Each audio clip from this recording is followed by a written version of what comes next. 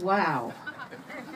First of all, I'm just overwhelmed by the fact that I have had the privilege, thank you, Mayor, and everyone, and Elliot, who helped make all this happen, to have this sculpture here in a public place, to have a daily reminder, a place that people can come from all over the world to actually stop for a moment and think about what an open heart means.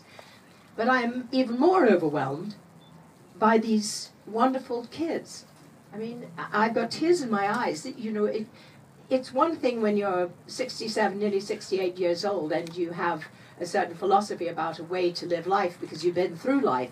It's another thing to feel that a sixth grader and a high school senior have taken this, and it's meaningful to them, and it's practical for them, and it's manifesting itself in their lives. That is dream come true for me.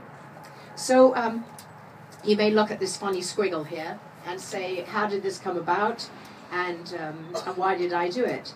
I grew up in England. My mother was originally from Holland, and in World War II she was a prisoner of war in a Japanese internment camp in Indonesia for 3.5 years.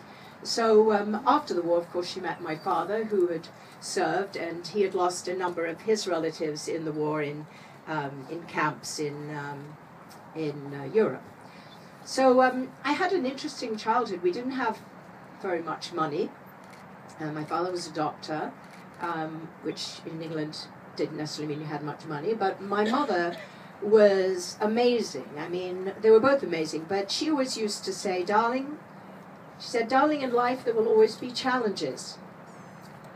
And no one gets away without having a challenge in their lives. And when that happens, your natural instinct will be to close off your heart and keep it to yourself and not let anyone know what you are feeling, the pain you're feeling, the frustration you're feeling, the despair you're feeling. And she said, there is only one thing you can do, and that is to find some way to accept this, which is the hardest thing to do in the world, and to open your heart and reach out in some way to help someone else, because there will always be someone worse off than you. And if you do that, you have purpose. And once you have purpose in your life, it fills your heart. It makes you feel better about yourself. You've done something that day. And she said, when you do that, and your heart is open, and you connect with other people in this unselfish kind of a way, without asking anything in return, she said, your heart will fill with love. And you will be like a beacon. People will want to be with you. They'll want to communicate with you. They'll want to be part of your life, and your life will open, and love will come into your life. So, you know, I always thought, well, you know, I guess, I don't know, you know, but who's going to have challenges? I was young, I'm not going to have challenges. And of course I've had plenty of challenges, and this is not about me and my challenges, but people have often said to me, Jane, how did you just kind of bounce back from something really, really, really bad that most of us would give up and have be fueled with hate for the rest of our lives about what had happened and how unfair it was, and how do you bounce back and move forward? And I said, well, you know what, my mother did that, and I saw her forgive everyone. She forgave her captors, she forgave everything in her life, and she spent every waking minute of her life till the day she died reaching out to, like these girls, like these kids were saying, to people that she could tell were hurting. And I realized that I was an artist and I loved to paint, and I'd been asked to commissioned to do something for Women's Heart Health Initiative, and so I sort of drew a heart, and I didn't join it up, and I thought, gosh, that's what my mother said, keep your heart open.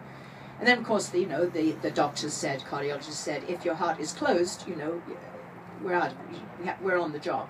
You have to have an open heart or you're dead. So I then decided that this open heart, if it connected with another open heart, would be this image. And I did it originally on the back of a napkin in a restaurant.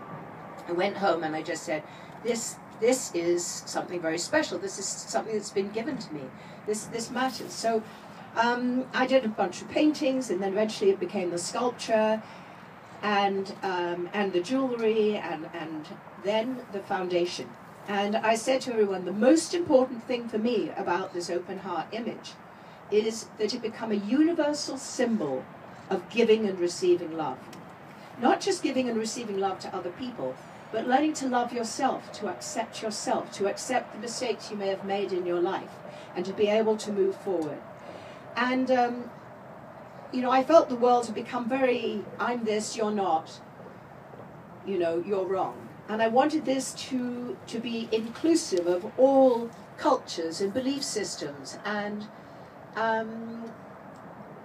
that was my dream. And my dream was to have it in public places like this, so people could touch and feel it and connect with it and be maybe inspired by it on a daily basis, as Elliot was saying.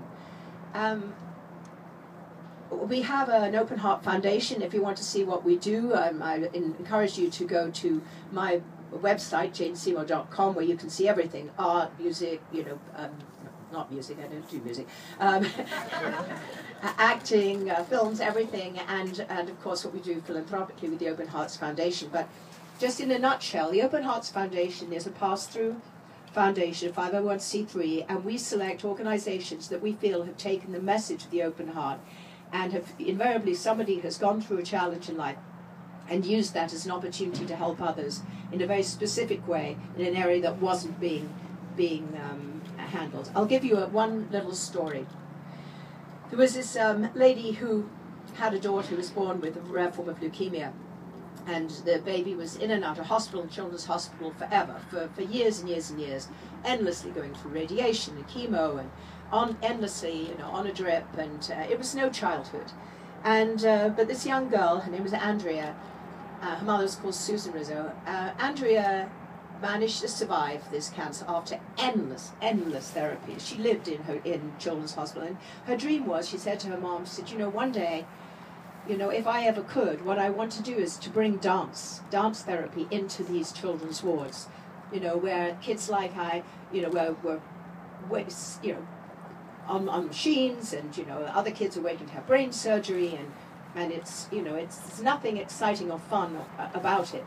And that was her dream. So she went to college, she learned to dance, and her dream was about to happen, and her mother got this terrible call to hear that her daughter had just been killed in a drunk driving accident, and her daughter was not the drunk driver.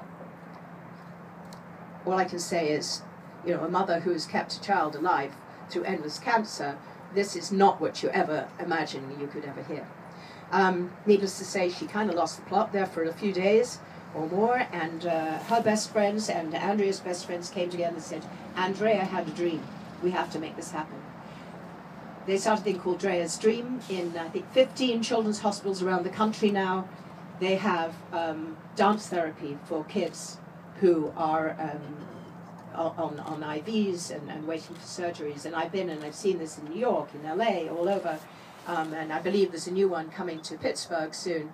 It's the most magical thing ever. And, you know, she was one of our recipients of the Open Heart Foundation. So that's just one of many, and you can see all the different stories.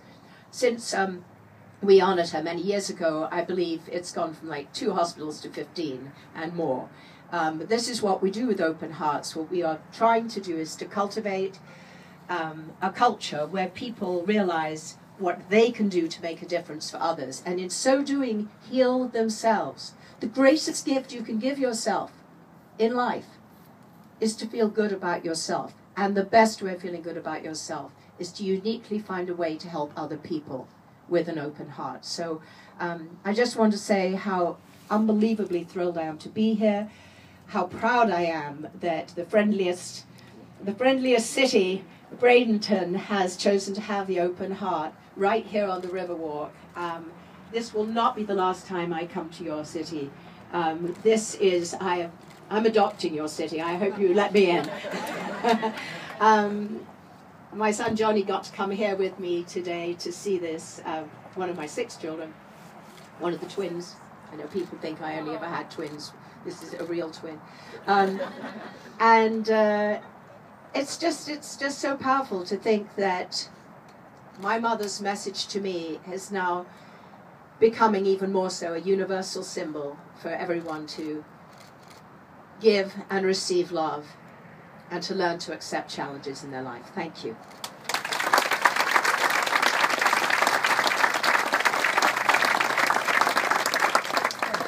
Wow, thank you so much.